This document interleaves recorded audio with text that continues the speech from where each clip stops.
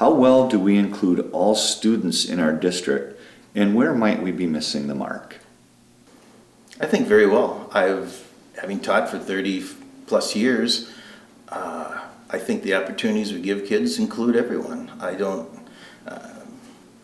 keep thinking, racking my brain here, what else do we need to include everyone?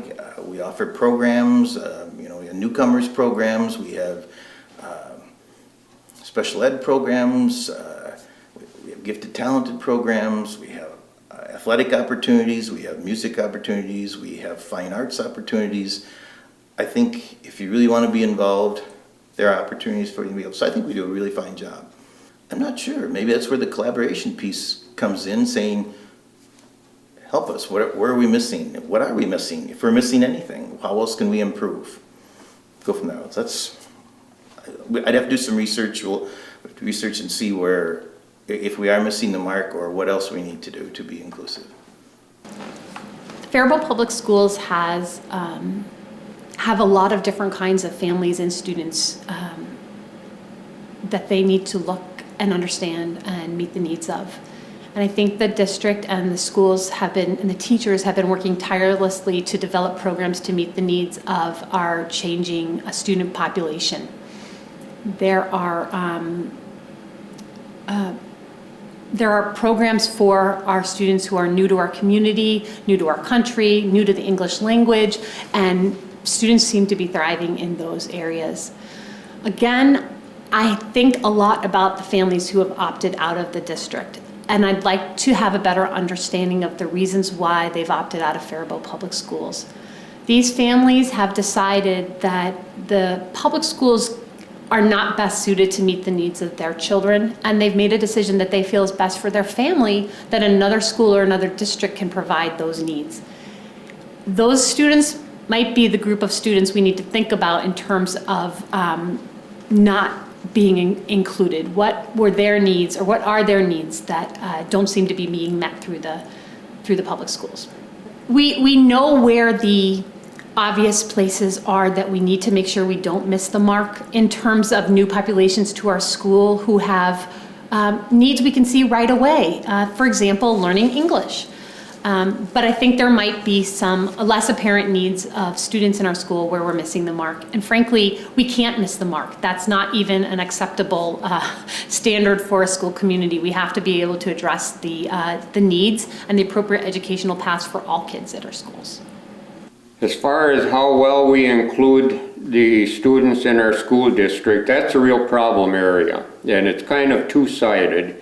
Number one, there is no question that the non-immigrant students feel that they are included much more than our immigrant students. The reason for this is it's a community problem. We have failed as a community with assimilation for our immigrant population. We have to start accepting the fact that our immigrant population is a good portion of this city and of the school district, and this is going to take a community effort to try and make them feel welcome in our community. And at the same time, as far as the students are concerned, they have to understand that there are certain rules and regulations that have to be followed. When they're disciplined, they feel they are not included. In fact, they feel that they are hurt. But they have to understand that there is a reason for discipline and that we have to follow rules and regulations.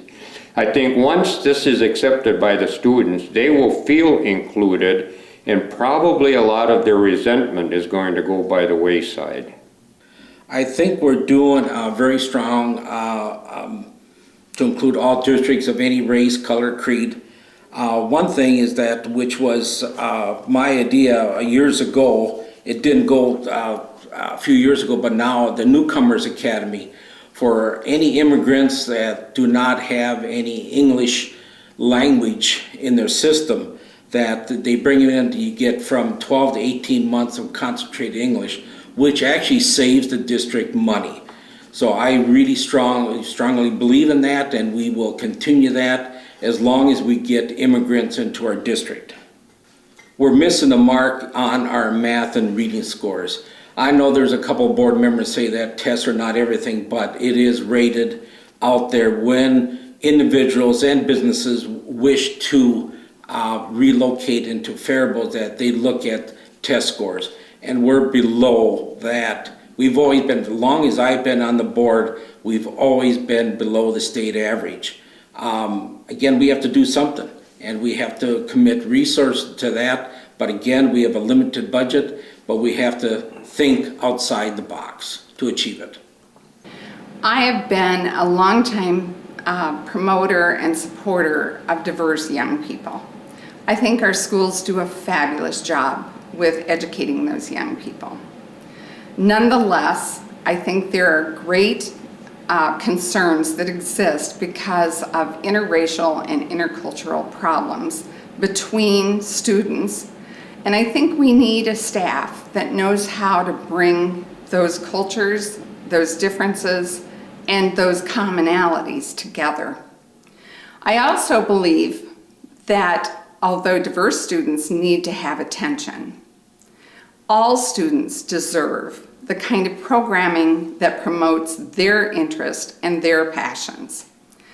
I think we need strong district leadership that is visionary and can promote and develop programs that serve the best interest of all students, no matter of socioeconomic status, cultural background, or family.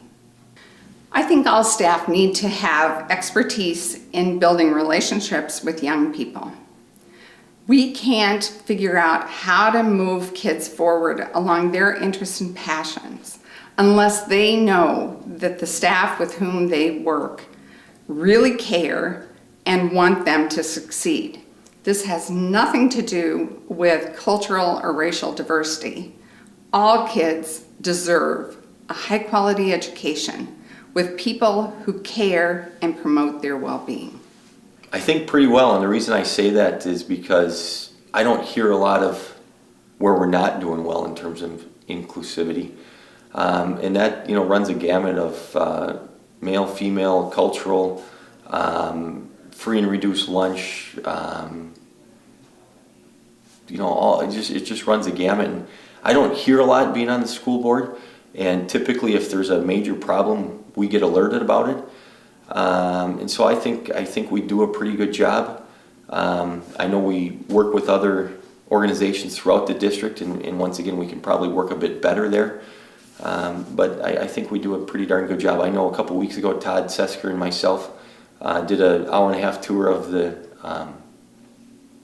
Genio Turkey Store, and that was really interesting, and we met with the plant manager there for close to an hour after that hour-and-a-half meeting, and I think we do a good job. I really do. Where are we missing the mark? I think one area we're missing the mark, and I hope this new communications director is successful in this area, is changing the perception. We have a lot of naysayers, and you get on social media and, the world's ending. And it's like, instead of picking us apart, it'd be really, really great if some of the naysayers would volunteer 10% of their time naysaying to problem solving. And I think it's extremely rewarding, one, for the people who volunteer, and I think it's extremely rewarding for the people in the schools and in the community that they're a part of it. So I think we need to help change the perception and the narrative and really sell the success stories that we have, whether it's Avid, whether it's kids going off to college, whether it's kids just being successful, becoming business owners, or whatever it may be.